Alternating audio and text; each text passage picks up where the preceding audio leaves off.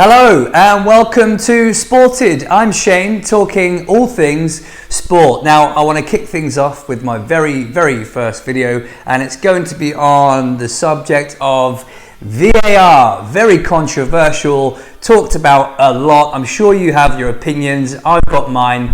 Is it good for football? Is it bad for football? It's certainly here to stay. It looks like FIFA have just authorized it for the World Cup in Russia. It's been tested now for around 2 years. Started in the MLS, been in the Bundesliga, now in our FA Cup, and it will be in the World Cup. Now, for you guys that are not quite sure about VAR, here is exactly what it is. It's an association football assistant referee that reviews decisions made by the head referee during the match using video footage and a headset for communication. Now, how it works. VAR operates on a three-step process of incident, review and advice, decision, and across all four jurisdictions of football deemed game-changing by FIFA.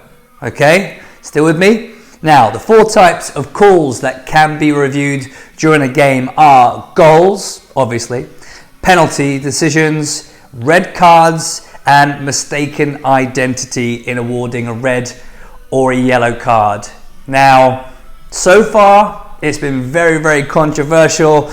I'm not sure what you think about it. I'd like to know, but for me personally, obviously it's got teething problems. It will be good. It will be good. It just needs time to embed. The referees need to get used to it. The fans need to get used to it, and they need to get the decisions correct. The thing that I can't understand at the moment is these decisions are being reviewed by the assistant referee and they're getting them wrong.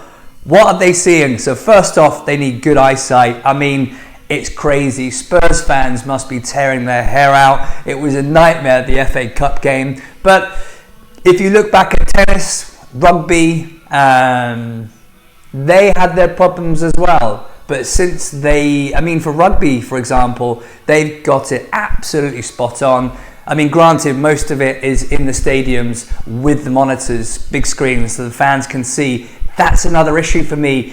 The fans aren't included in these decisions. In that time, there's a void between the game being stopped and the decision being made because no one can see or hear what's going on. That needs to be looked at. It needs to be more of inclusion for the fans, because certainly in rugby and tennis and cricket, it becomes more of a spectacle because you're watching the screen, the fans start chanting. It's brilliant. So maybe they need to look at that, and rugby especially, they need to replicate it because it's concise, they get the decisions right, and they include the fans, which I think football they really need to follow as well. So bear with it. I know it's frustrating. Spurs fans, you won, but it was a crazy game. Maybe they feel a bit pressured. Maybe for now the referees need to take a little bit longer to make these decisions to get them correct, because everybody's talking about it, scrutinizing it. So for now, we're just going to have to grin and bear it. It's here to stay, it looked like, and I think it will be a good thing. So let's just pray it's on England's side for the World Cup. What do you think? What do you think? I mean, it's teething problems, isn't it? Like any new technology. Give me your comments. I'd like to know them. My name's Shane. This is Sported. Stay tuned for the next video. Thanks very much.